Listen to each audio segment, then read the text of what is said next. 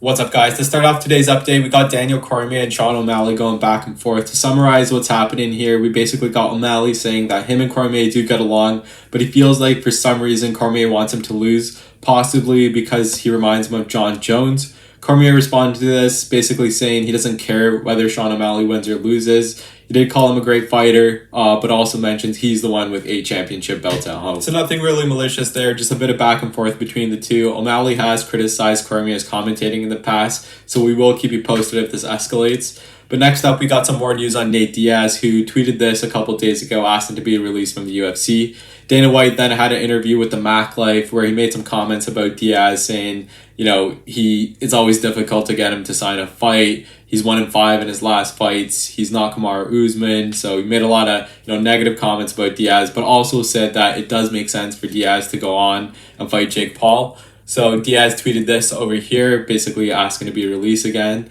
And then Jake Paul also had some comments to make here. Here's his tweet. Obviously, this tweet doesn't really mean much because Jake Paul would never fight in the octagon.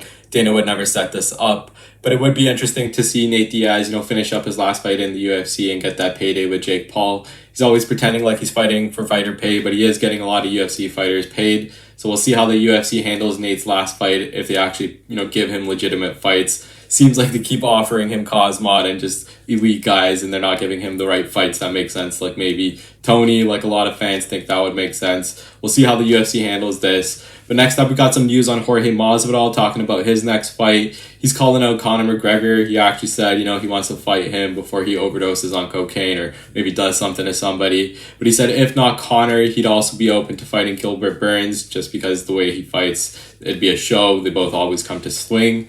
And he also mentioned Stephen Wonderboy Thompson. He's interested in some rematches as well. Maybe Nate's in the mix over there. But those are a couple names he mentioned. Let me know who you guys want to see him face off against next. That's it for this update. If you guys want to stay tuned on all MMA updates, make sure to follow along. Hope to see you guys in the next one.